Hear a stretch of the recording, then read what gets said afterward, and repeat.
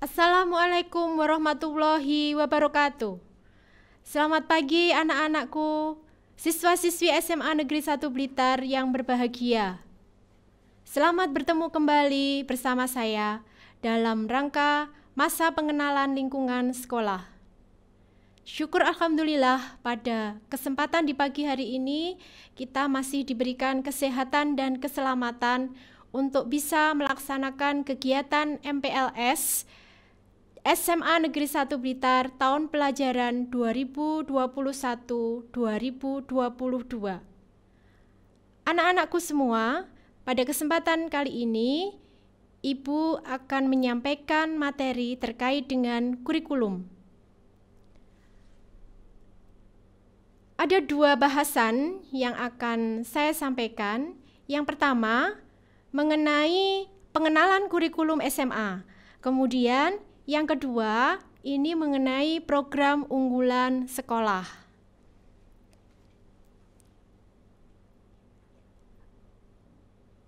Pengenalan kurikulum SMA.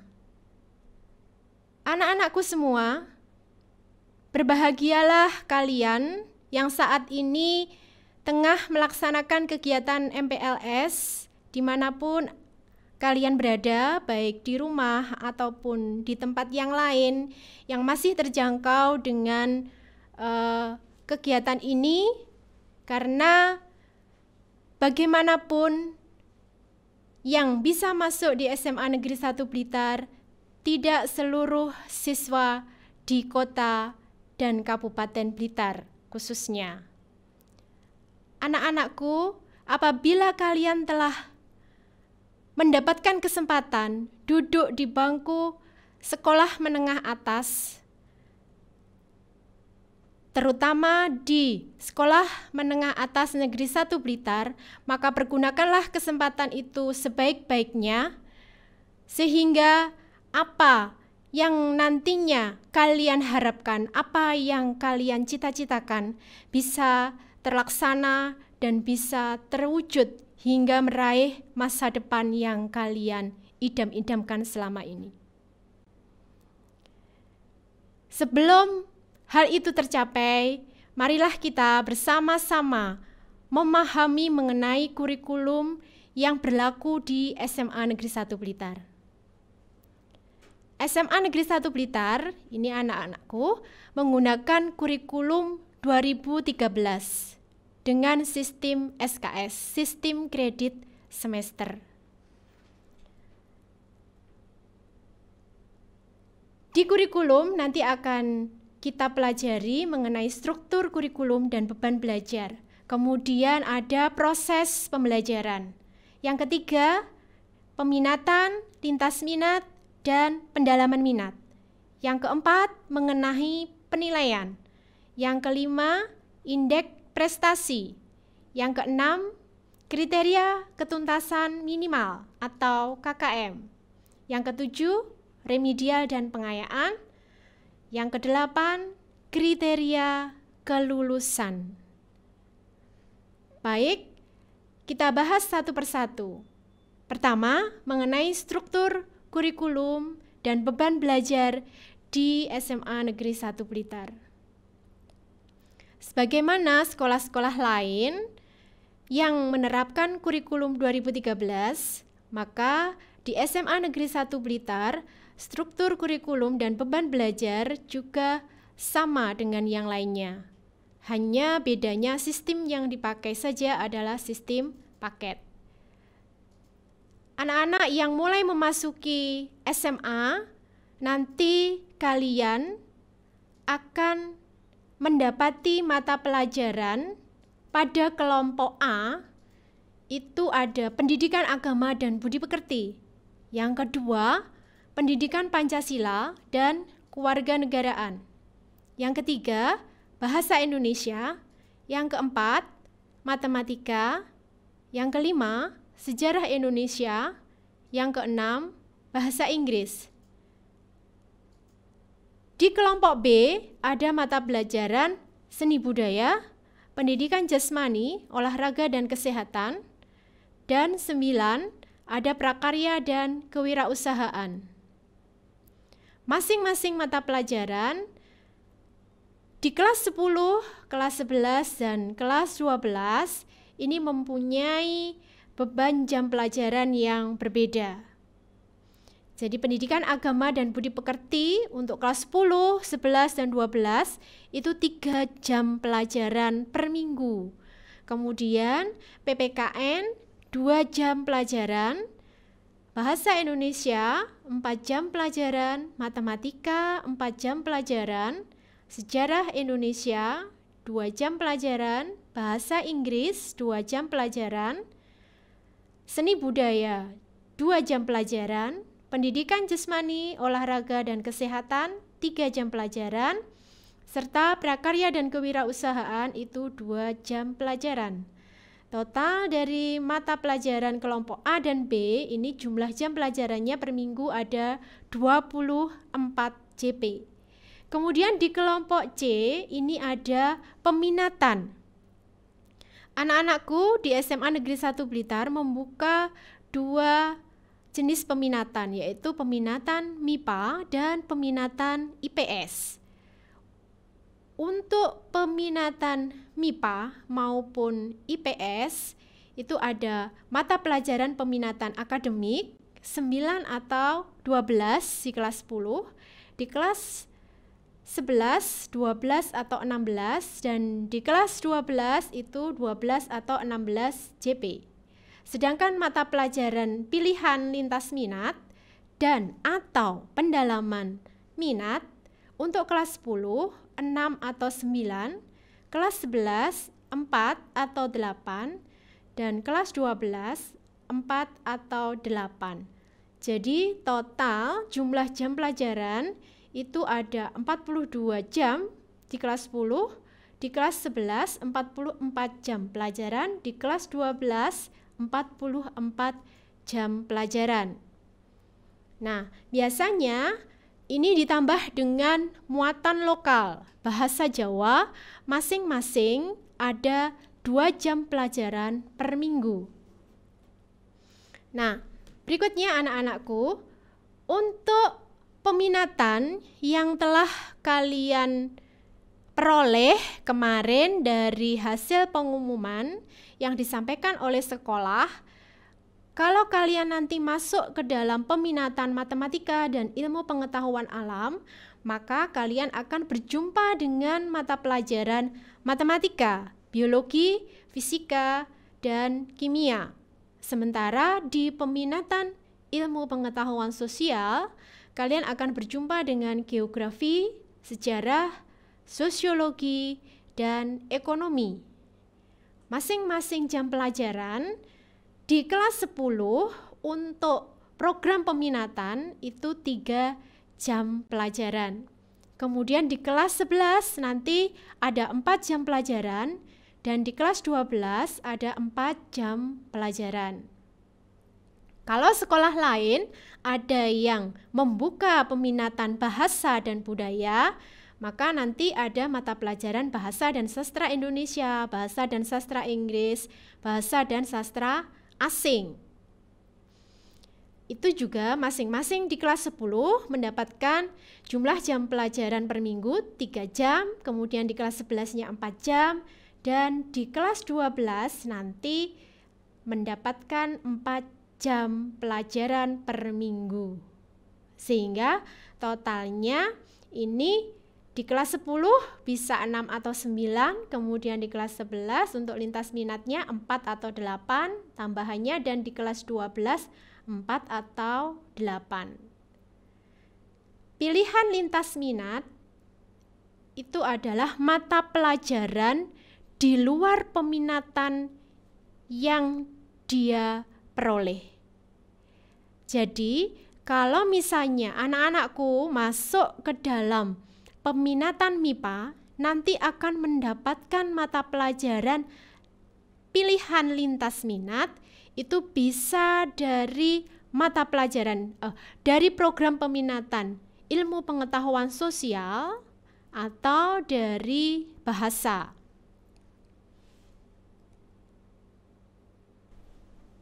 Selanjutnya kita melihat struktur kurikulum kelas 10 SMA Negeri 1 Blitar tahun pelajaran 2021-2022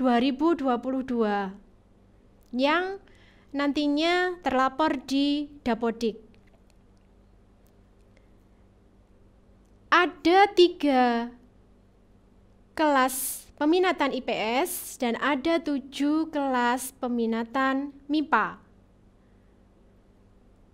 Untuk mata pelajaran umum A, di sana tampak terlihat pendidikan agama, PPKN, bahasa Indonesia, matematika, sejarah, dan bahasa Inggris.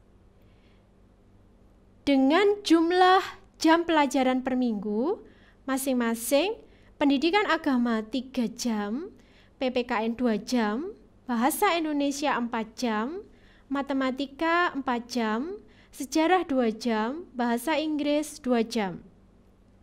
Kemudian mata pelajaran umum B,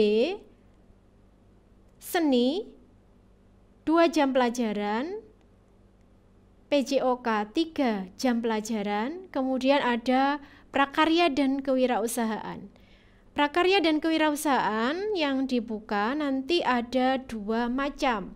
Ada pengolahan dan ada budidaya. Masing-masing 2 jam pelajaran per minggu.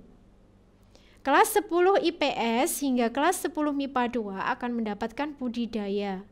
Sementara untuk kelas 10 MIPA 3 sampai dengan 10 MIPA 7 itu nanti akan mendapatkan PKWU pengolahan. Di peminatan MIPA, kita lihat di struktur mata pelajaran matematika, biologi, fisika, dan kimia itu 3 jam pelajaran per minggu. Sementara untuk peminatan IPS, geografi, sejarah, sosiologi, dan ekonomi itu juga 3 jam pelajaran per minggu. Untuk pendalaman atau lintas minat, nanti kita akan buka mata pelajaran geografi, kemudian ekonomi, bahasa Jepang, komputer, kemudian sastra Inggris. Masing-masing mendapatkan 3 jam pelajaran per minggu. Sedangkan muatan lokal, nanti bahasa Jawa ada 2 jam pelajaran per minggu. Jadi total jumlah jam pelajaran per minggunya ada 44. Ini struktur kurikulum yang nanti akan anak-anak jalani di kelas 10. Gambarannya seperti itu. Anak-anak silahkan nanti berusaha dan belajar untuk mendapatkan hasil nilai yang diinginkan.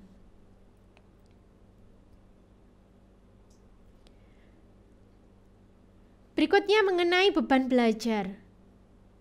Yang pertama, proses pembelajaran dilaksanakan pada 1 tahun pelajaran yang terbagi dalam 2 semester. Kemudian yang kedua, beban belajar untuk kelas 10 tadi telah disampaikan 42 jam pelajaran per minggu. Kelas 11 dan 12 4 jam pelajaran per minggu dan ditambah masing-masing tingkatan itu 2 jam pelajaran per minggu muatan lokal bahasa Jawa. Kemudian yang ketiga, alokasi waktu tatap muka 1 jam pelajaran adalah 45 menit. Beban belajar terdiri atas tatap muka, tugas terstruktur, dan kegiatan mandiri. Beban belajar penugasan terstruktur dan kegiatan mandiri maksimal 60% dari alokasi waktu tatap muka mata pelajaran yang bersangkutan. Kemudian yang keenam, jumlah pekan efektif beban belajar dalam 1 tahun pelajaran semester 1 dan semester 2 atau semester ganjil dan semester genap bagi kelas 10, 11, dan 12 itu 18 jam per minggu. Kecuali pada kelas 12 itu nanti semester genapnya hanya 14 jam pelajaran. Jumlah minggu efektif 1 tahun pelajaran 34 sampai 38 minggu. Kemudian, guru mata pelajaran wajib melayani peserta didik yang memiliki sifat pembelajar cepat, normal, dan kurang. Di SMA Negeri 1 Blitar, kurikulum 2013 dan menggunakan sistem kredit semester.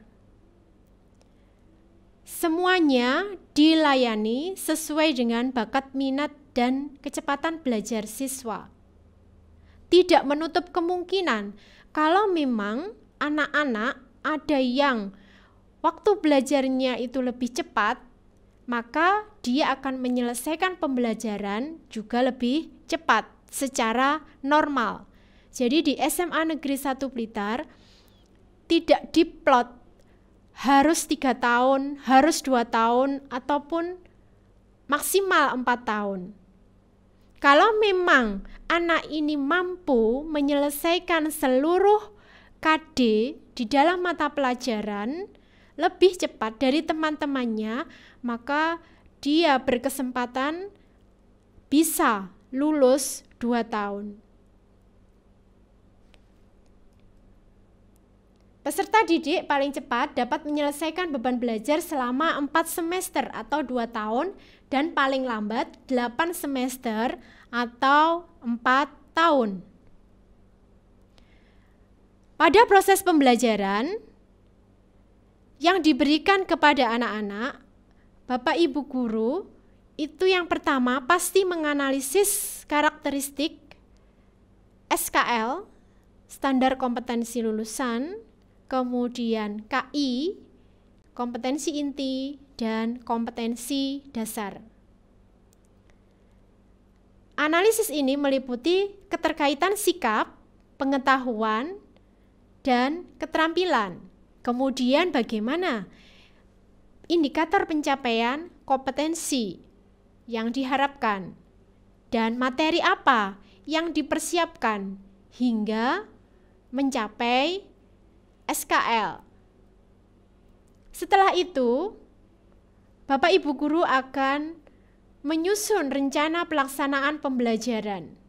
Di dalam menyusun rencana pelaksanaan pembelajaran bagi anak-anakku diperlukan kemampuan berliterasi.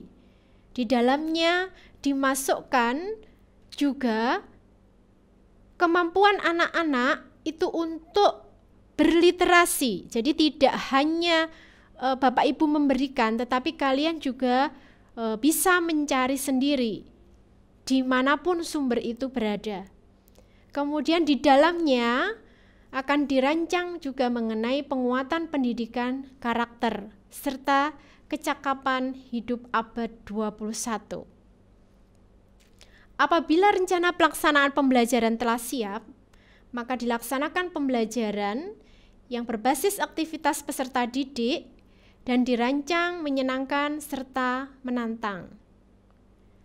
Ketika pelaksanaan pembelajaran telah selesai, anak-anak akan dinilai. Jadi, kita akan melaksanakan penilaian hasil belajar, meliputi aspek pengetahuan, keterampilan, dan sikap. Ketiga komponen itu, yang paling utama sikap itu harus baik. Tidak boleh aspek sikap ini kurang. Kemudian untuk pengetahuan dan keterampilan harus tuntas. Apabila anak-anak masih belum tuntas, maka anak-anak harus melakukan remedi. Nah, setelah melaksanakan penilaian hasil belajar, maka akan dilakukan pengolahan nilai hasil belajar.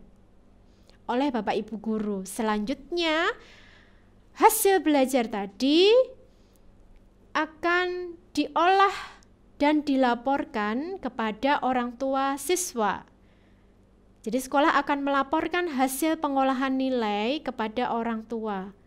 Dan itu nanti juga akan dilakukan tindak lanjut penilaian berdasarkan hasil yang diperoleh oleh anak-anak.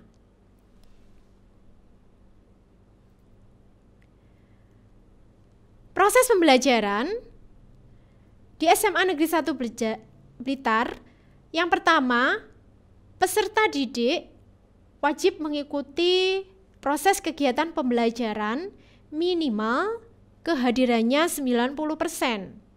Apabila kurang dari ketetapan di atas, maka anak-anak dilarang mengikuti penilaian. Penilaian yang dimaksud bisa sampai dengan penilaian semester dan wajib menambah tatap muka sesuai dengan pemenuhan minimal kehadiran tersebut. Jadi dari kalender akademik bisa dihitung dalam satu semester itu ada berapa kali tatap muka. Masing-masing mata pelajaran itu harus ada 90% di dalamnya. Nah, tapi syarat kehadiran minimal 90% ini ada pengecualian, tidak berlaku bagi yang pertama, peserta didik yang sakit. Ini dibuktikan dengan surat izin dokter. Kemudian, mengikuti kegiatan yang mewakili sekolah, pemerintah, kabupaten atau kota, provinsi, ataupun negara. Jadi hal ini ada pengecualian khusus untuk siswa-siswa yang memang sakit dan memang sebagai duta sekolah, maka ini akan diizinkan. Kemudian yang ketiga, setelah proses pembelajaran selesai, guru mata pelajaran wajib memberikan penugasan mandiri kepada peserta didik berupa latihan hingga produknya itu bisa tampak nyata,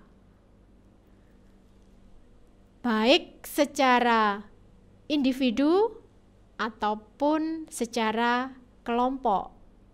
Bisa juga berupa proyek yang diberikan kepada anak-anak.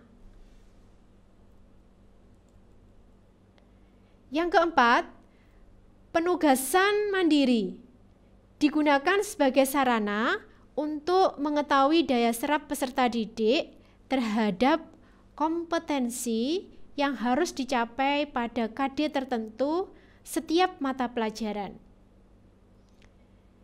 Jadi apa yang ditugaskan oleh Bapak Ibu guru itu hendaknya dilaksanakan benar-benar.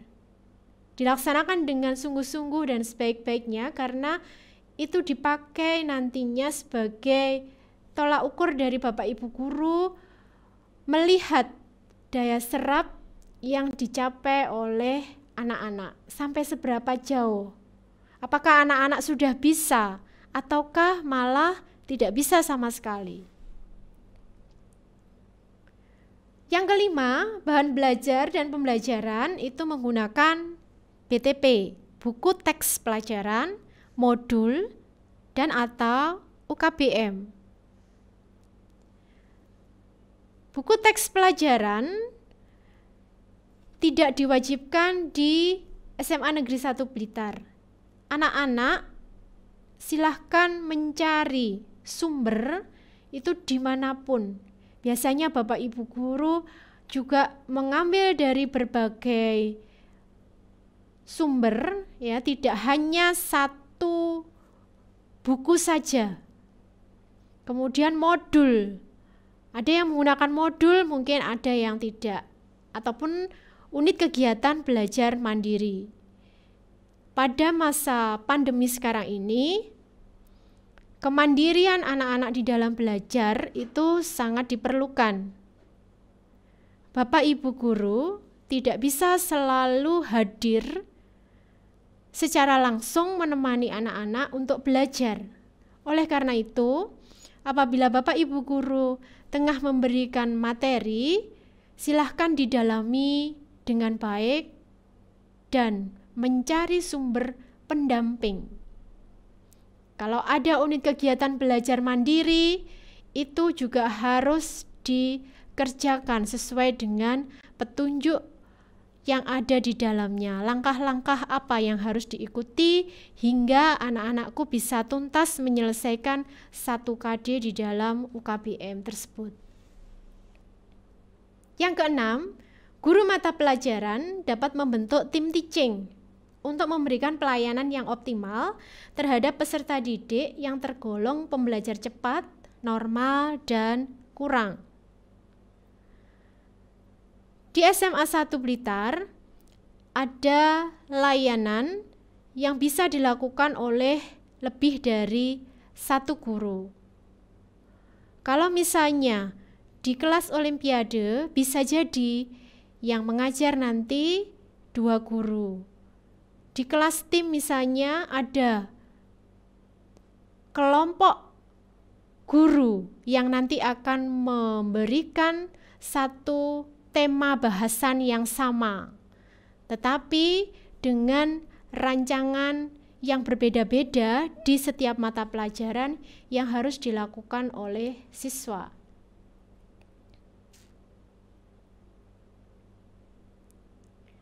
Berikutnya, peminatan, lintas minat, dan pendalaman minat. Peminatan dan lintas minat dilakukan pada saat siswa kelas 10, peminatan sudah dipilih oleh anak-anak pada saat PPDB, pada saat daftar ulang. Nah, demikian juga nanti lintas minat. Lintas minat akan diberikan menurut kuota yang ada di sekolah dan juga ketercukupan guru pengajar yang ada di sekolah. Peminatan di SMA itu sebenarnya ada 3. Jadi ada MIPA, IPS, dan juga bahasa dan budaya. Tapi tadi telah saya sampaikan untuk SMA Negeri 1 Blitar membuka 2 macam peminatan. Peminatan MIPA dan peminatan IPS. Untuk MIPA dengan mata pelajaran matematika, fisika, kimia, dan biologi. Sedangkan untuk IPS, sejarah, ekonomi, geografi, dan sosiologi. Yang ketiga, pemilihan kelompok peminatan oleh peserta didik didasarkan pada minat, bakat, atau kemampuan akademik peserta didik. Kemudian yang keempat, pemilihan kelompok peminatan didasarkan pada yang pertama, nilai rapor SMP atau MTS atau yang sederajat. Kemudian yang kedua, nilai ujian sekolah. Yang ketiga, nilai ujian nasional SMP atau MTS atau yang sederajat. Itu kalau masih ada ujian nasional. Kalau tahun kemarin tidak ada ujian nasional, berarti hanya ujian sekolah saja. Jadi kita melihatnya dari nilai rapor dan dari nilai yang tertera pada SKL. Nah, selain itu bisa juga dari rekomendasi guru bimbingan dan konseling atau konselor di SMP atau MTS atau yang sederajat. Kemudian berikutnya itu bisa dari angket permohonan peserta didik dan orang tua. Jadi ketika daftar ulang kemarin, ketika konfirmasi ulang kembali secara online, maka anak-anak telah secara tidak langsung mengisi angket permohonan peminatan. Ada yang memang berkeinginan masuk di MIPA, ada yang berkeinginan masuk di IPS. Anak-anak yang menginginkan masuk kelompok IPS, paling tidak langsung kita masukkan ke dalam kelompok IPS. dengan kuota yang telah ditentukan oleh sekolah. Ada 3 kelas yang dibuka oleh SMA Negeri 1 Blitar. Nah, karena kelompok peminatan IPS masih ada yang lowong, maka tidak seluruhnya anak-anak yang memilih di peminatan MIPA itu bisa terlayani, sehingga perlu ada tes penempatan yang memang benar-benar masuk IPA yang mana, dan selanjutnya ada tambahan kelas yang lowong di IPS itu nanti juga bisa terisi, sehingga di MIPA maupun IPS itu jumlahnya akan seimbang.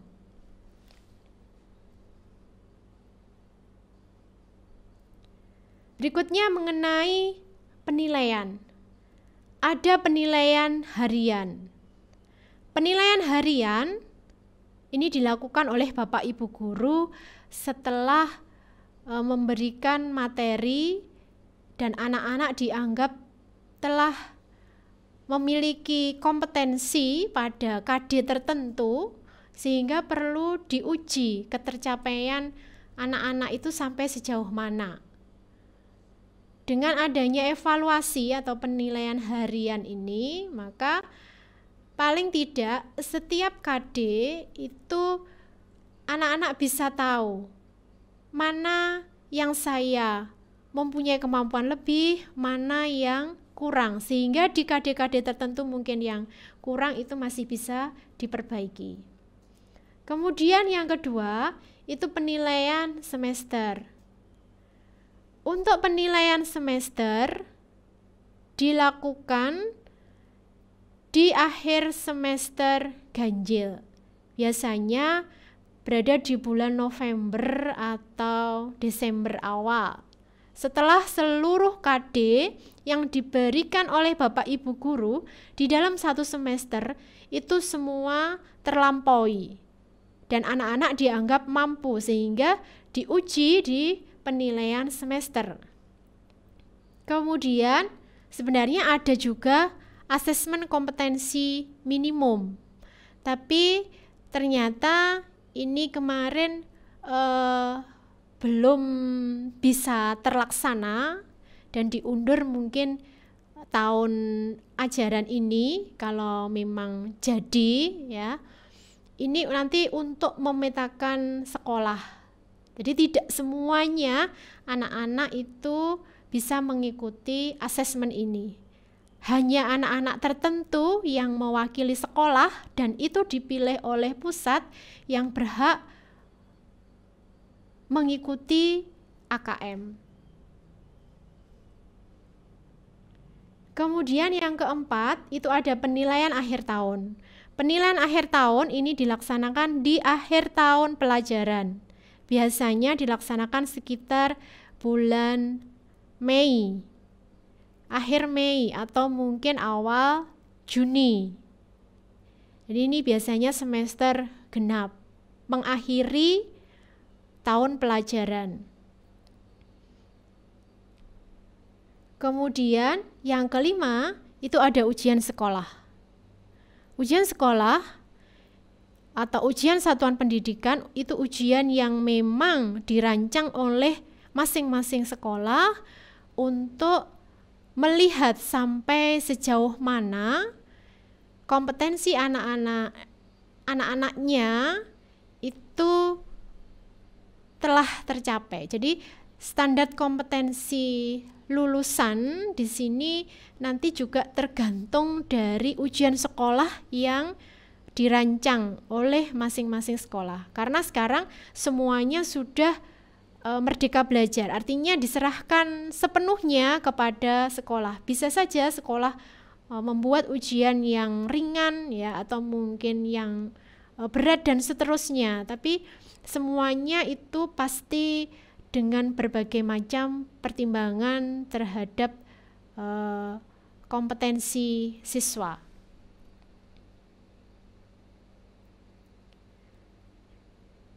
Berikutnya mengenai indeks prestasi.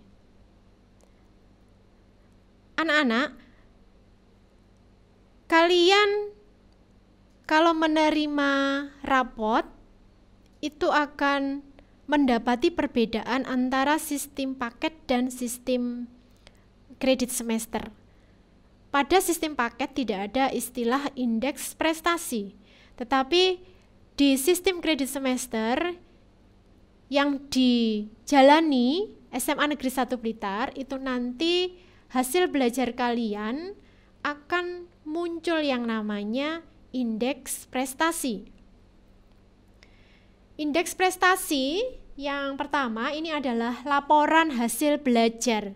Laporan hasil belajar itu meliputi aspek sikap, pengetahuan, dan keterampilan yang mengacu pada Permendikbud RI nomor 4 tahun 2018 dan Permendikbud nomor 23 tahun 2016. Ini dilengkapi dengan yang namanya indeks prestasi atau IP.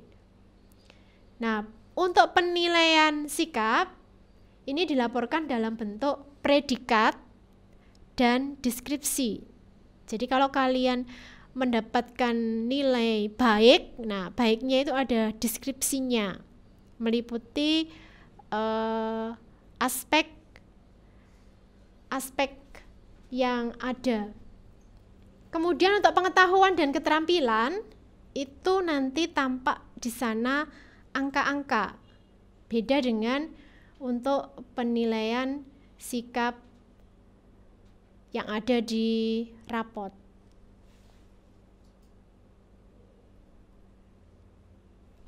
Kemudian penilaian pengetahuan dan keterampilan dilaporkan dalam bentuk nilai. Ini tadi yang saya maksud ya, nilai dan predikat dan deskripsi pencapaian kompetensi pelajaran.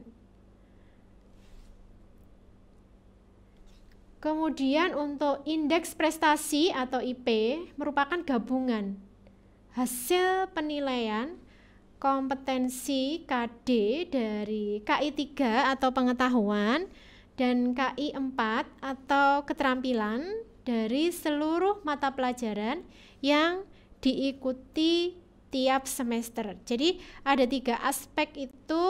Yang sikap itu hanya sikap sosial dan spiritual dari mata pelajaran agama dan PPKN itu muncul tagihan penilaiannya. Di mata pelajaran yang lain apakah tidak ada? Ya ada, sama di semua mata pelajaran itu sebenarnya juga ada. Semuanya adalah akumulasi. Kemudian yang keempat, perhitungannya untuk indeks prestasi IP itu adalah jumlah ya. Di situ dituliskan jumlah NI kali BI. Jadi jumlah nilainya dari pengetahuan dan keterampilan itu berapa, kemudian dibagi dengan jumlah beban belajar. Beban belajar itu sama dengan SKS kecil. SKS kecil itu sama dengan jumlah jam pelajaran yang diberikan kepada anak-anak per minggunya itu berapa. Jadi seperti tadi, misalnya kalau agama itu kelas 10 3 jam pelajaran per minggu, berarti nanti SKS-nya 3. Kemudian PPKN misalnya ada 2 jam pelajaran per minggu itu 2 dan seterusnya. Itu dijumlah tadi. Kalau dijumlah misalnya 44 atau 46. Nah, itu pembaginya sekian SKS. Kalau totalnya ya pengalinya itu tadi. Pengalinya itu berarti SKS-nya dikalikan dengan jumlah nilai yang kalian peroleh. Dijumlah berapa?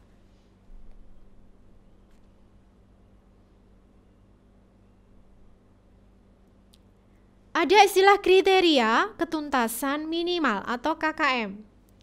Yang pertama, KKM ditentukan mengacu pada standar kompetensi lulusan dengan mempertimbangkan karakteristik peserta didik, karakteristik mata pelajaran, dan kondisi sekolah. Kemudian KKM itu dapat dibuat berbeda untuk setiap mata pelajaran atau dapat dibuat sama untuk semua mata pelajaran pada satu tingkat kelas atau sama untuk semua mata pelajaran pada suatu sekolah. Nah, dari analisis KKM masing-masing pelajaran ini, rata-rata KKM semua mata pelajaran untuk semua tingkatan kelas pada SMA Negeri 1 Blitar itu adalah 76. Nah, bagi peserta didik yang sudah tuntas sesuai dengan ketentuan KKM tersebut, dapat melanjutkan pada KD atau UKBM berikutnya apabila Bapak Ibu Guru menggunakan UKBM dan diberikan pengayaan. Nah, sebaliknya apabila anak-anak belum mencapai KKM, maka diwajibkan mengikuti kegiatan pembelajaran remedial. Dan nanti di akhir pembelajaran itu tetap akan ada evaluasinya. Yang kelima, peserta didik yang mengikuti remedial jika dinyatakan tuntas, maka kepadanya diberikan nilai maksimal sesuai KKM.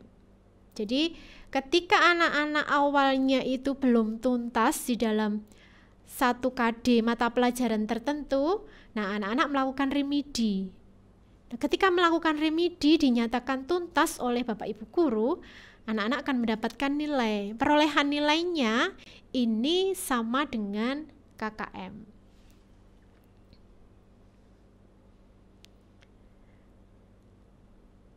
Tentang remedial dan pengayaan, yang pertama, untuk remedial, peserta didik yang belum mencapai KKM pada penilaian harian ini harus mengikuti pembelajaran remedial.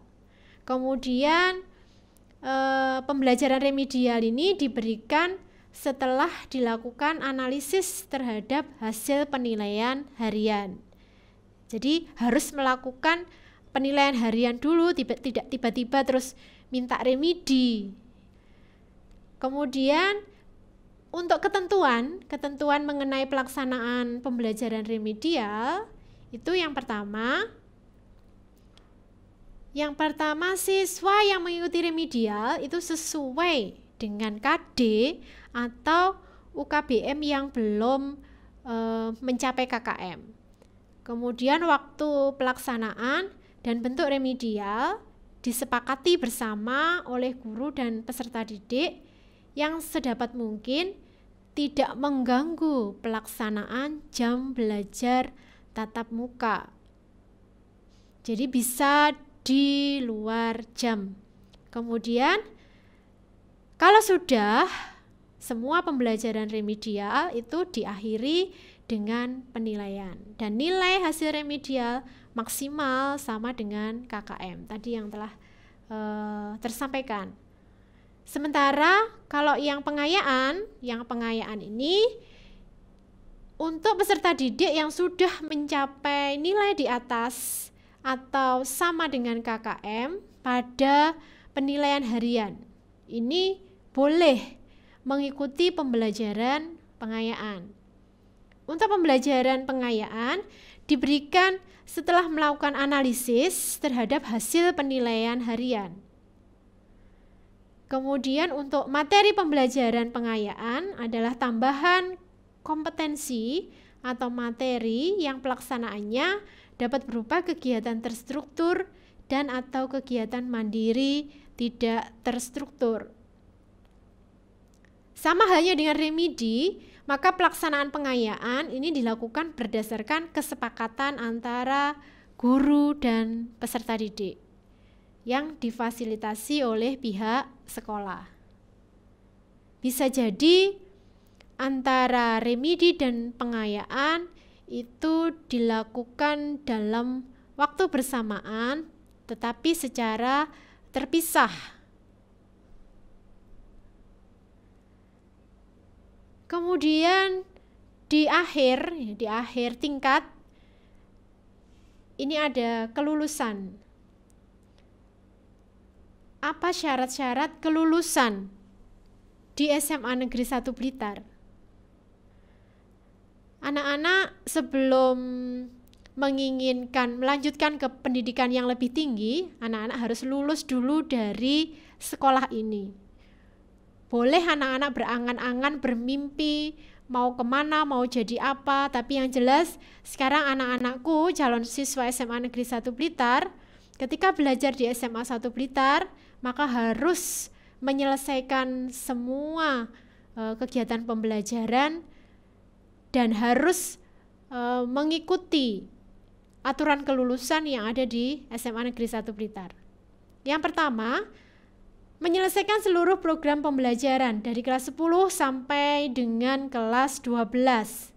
Artinya semua anak-anakku lalui dari semester 1 sampai dengan semester 6 dan tuntas semua mata pelajaran. Kemudian yang kedua, memiliki nilai akhir atau nilai ujian satuan pendidikan untuk semua mata pelajaran minimal 76. Nah, yang ketiga ini kalau tahun kemarin belum ya, tapi kalau misalnya tahun ini ada, nah ini mengikuti asesmen kompetensi minimum. Yang mengikuti ya, yang mengikuti. Kemudian yang keempat, memperoleh nilai sikap atau perilaku minimal baik. Baik itu setara dengan 76 berarti. Kemudian mengikuti sertifikasi TOEFL dengan skor minimal 400.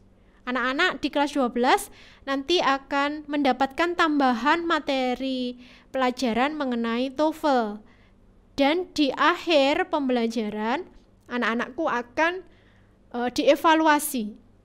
Jadi anak-anak akan dites nantinya sampai seberapa jauh terserapnya materi TOEFL yang diberikan di dalam tingkatan akhir tersebut hingga minimal 400.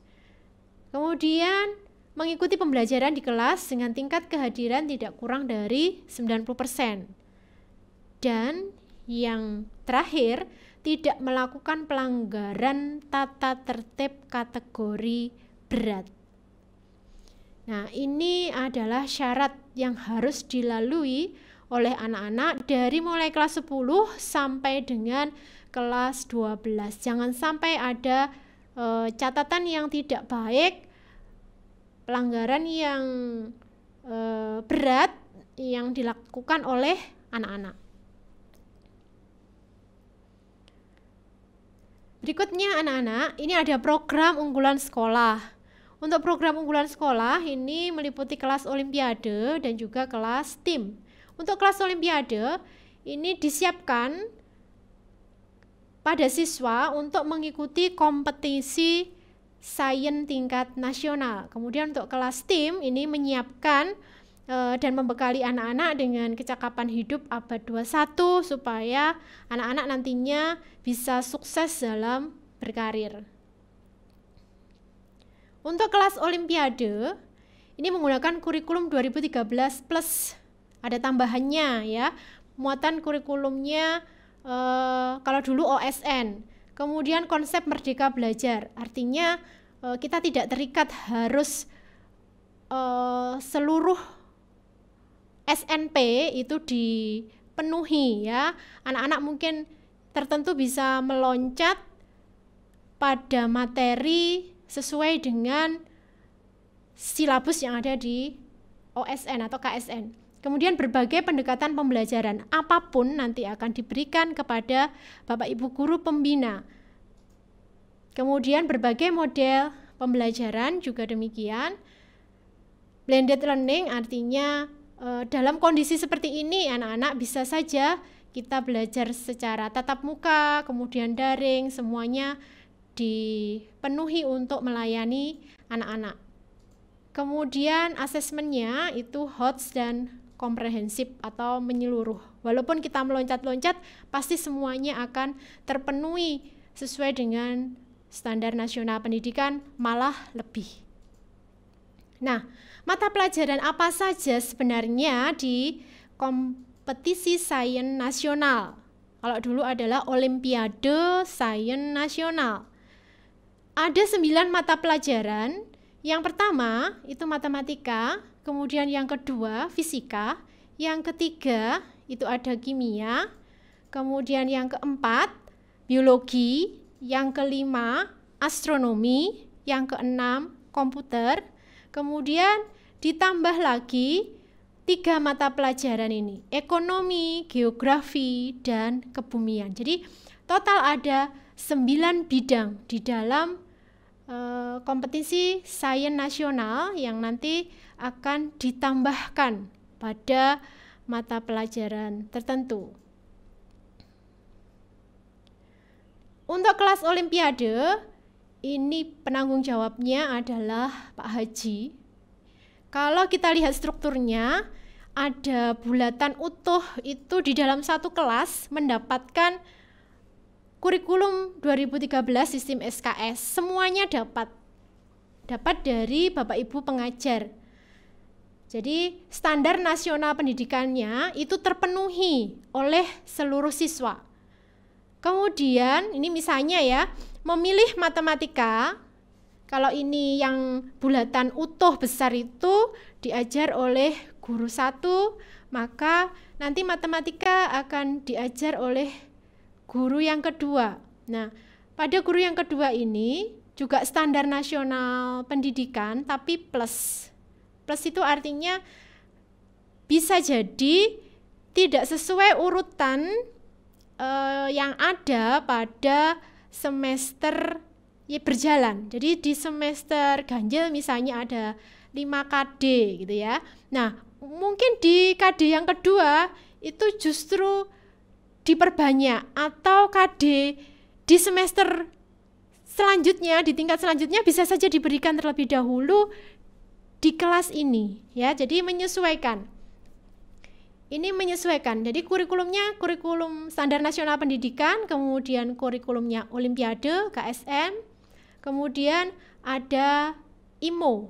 Jadi ada sampai kalau misalnya anak-anak itu memang mempunyai ketertarikan lebih dan juga mempunyai bakat kemampuan yang lebih, bisa jadi nanti sampai internasional matematik olimpiad.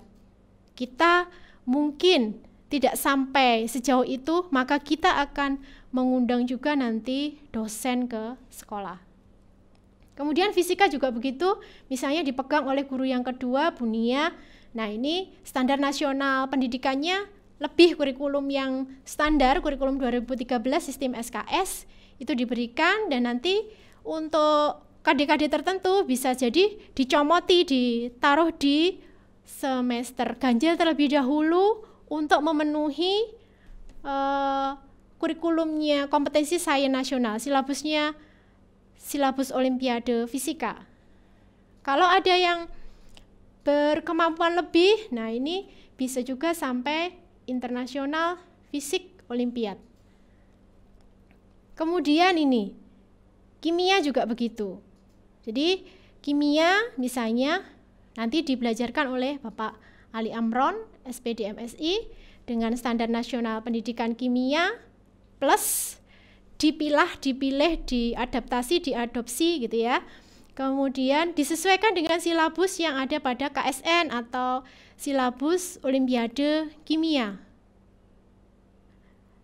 Kalau ada anak yang berkemampuan lebih, nah ini nanti harapannya mungkin bisa sampai ke internasional chemistry olimpiad. Demikian juga untuk yang biologi misalnya ya, dipegang oleh Bapak Yuda Kristiawan. Nah, ini juga materi standar nasional pendidikan biologinya plus. Kemudian silabusnya, silabus olimpiade itu diberikan, serta bisa jadi sampai ke internasional biologi olimpiad. Jadi seluruh siswa yang ada di kelas tersebut semuanya dapat materi standar nasional pendidikan. Dia punya kelebihan di bidang-bidang tertentu. Bisa jadi ada anak yang lebih di matematika, akan kita layani. Ada anak yang lebih di mata pelajaran fisika, itu akan kita layani juga. kemudian di kimia kita layani, biologi kita layani. Tapi tidak semuanya itu satu mapel ya, jadi mapelnya banyak. Nah, jadi seperti ini. Seandainya di dalam satu kelas itu, ini ada matematika, fisika, kemudian kimia, dan biologi. Masing-masing dalam satu kelas misalnya 36.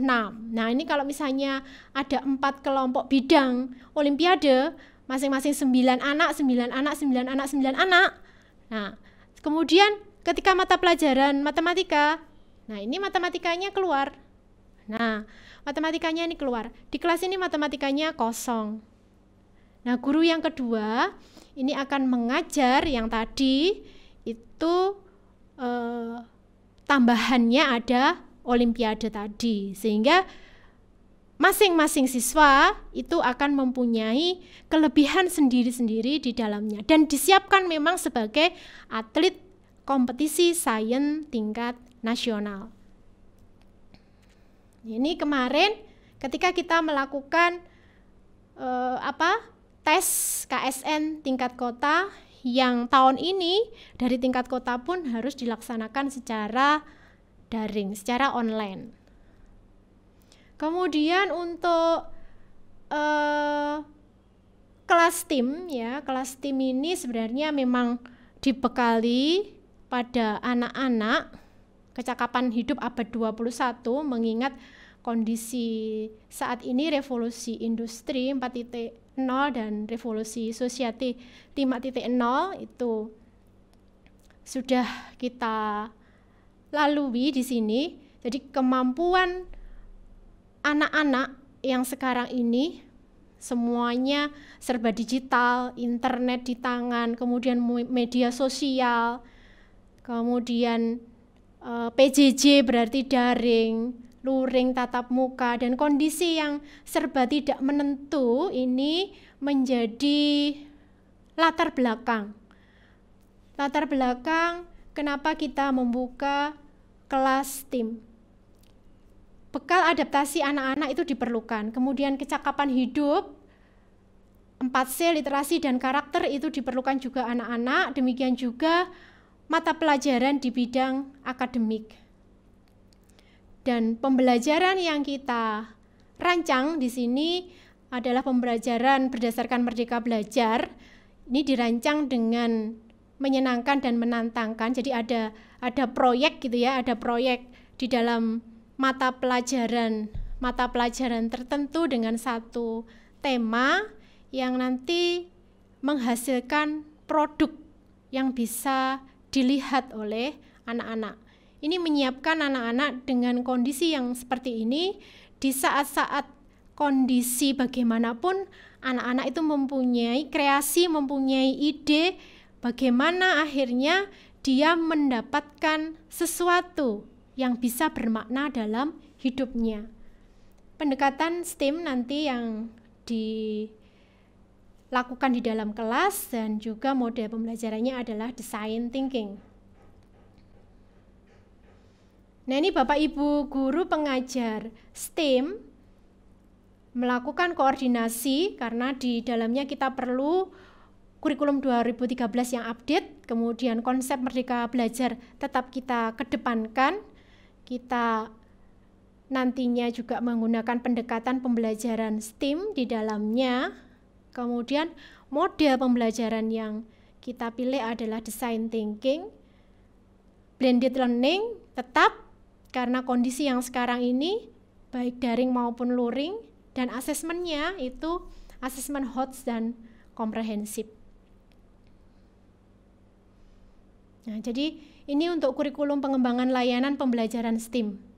Kurikulum 2013 yang update, ini ada keseimbangan ya, pengetahuan, keterampilan, dan sikap tadi, kontekstual, kita belajar dari masalah yang nyata di sekitar kita, dan tidak perlu ketakutan dengan kata-kata STEAM, yang jelas di dalamnya nanti ada kegiatan yang menantang tapi juga menyenangkan, membutuhkan inovasi dan kolaborasi anak-anak.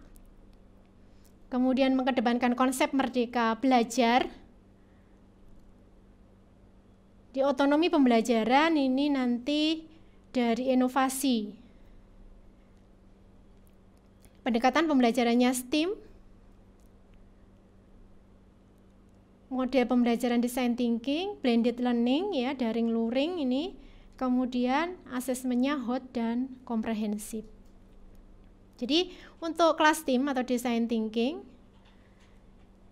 penanggung jawabnya adalah Bapak Yuda Kristiawan. Di dalam satu kelas itu ada pelaksana tema. Jadi satu kelas itu ada satu tema yang diangkat. Nah, satu tema yang diangkat itu nanti kita komunikasikan dengan berbagai macam guru mata pelajaran.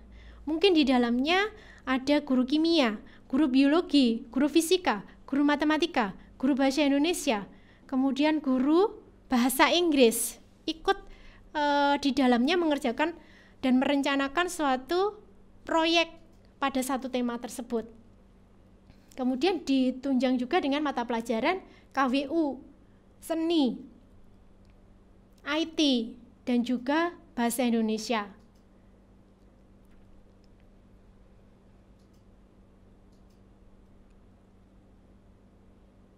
Dan yang terakhir ini juga sebenarnya layanan unggulan di sekolah yang juga membawa nama harum sekolah. Ini ada AFS. Tahun ini siswa kita ada yang mengikuti pertukaran belajar ke luar negeri, kemudian basket ini untuk menyiapkan atlet basket ini biasanya dalam kompetisi DBL dan juga debat. Kalau misalnya ada debat bahasa Indonesia ataupun debat bahasa Inggris, kita juga berupaya untuk mengikutkan siswa-siswi kita. Kiranya itu anak-anak yang bisa saya kemukakan mengenai materi MPLS hari ini dari seputar kurikulum yang ada di SMA Negeri 1 Blitar dan juga program layanan unggulan yang ada di SMA Negeri 1 Blitar. Anak-anakku, kalian harus tetap bersemangat walaupun dalam kondisi pandemi yang belum berakhir. Kalian sudah diterima di SMA 1 Blitar, berarti kalian mempunyai prospek yang bagus untuk bisa mengembangkan kemampuan kalian dan tetap beradaptasi dengan kondisi yang ada. Harapan kami, anak-anakku tidak pernah menyerah, tidak pernah putus asa dalam kondisi yang bagaimanapun. Kalian akan tetap mengikuti apapun arahan dari Bapak Ibu Guru dan apapun program yang diselenggarakan oleh sekolah demi ketercapaian pembelajaran yang ada di SMA Negeri 1 Blitar dan juga sebenarnya untuk menggapai cita-cita yang kalian impikan selama ini. Terakhir anak-anakku, saya ucapkan terima kasih dan saya ucapkan selamat.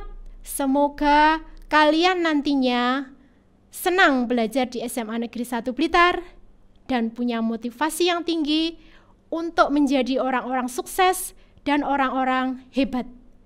Janganlah kalian berpangku tangan, janganlah kalian bermalas-malasan dengan kondisi yang seperti ini. Kondisi pandemi mungkin tidak pernah kalian harapkan, tetapi dengan adanya pandemi ini, jadikanlah sebuah inovasi supaya kalian nanti mendapatkan hal yang lebih baik. Terakhir, saya ucapkan terima kasih dan mohon maaf yang sebesar-besarnya. Wassalamualaikum warahmatullahi wabarakatuh.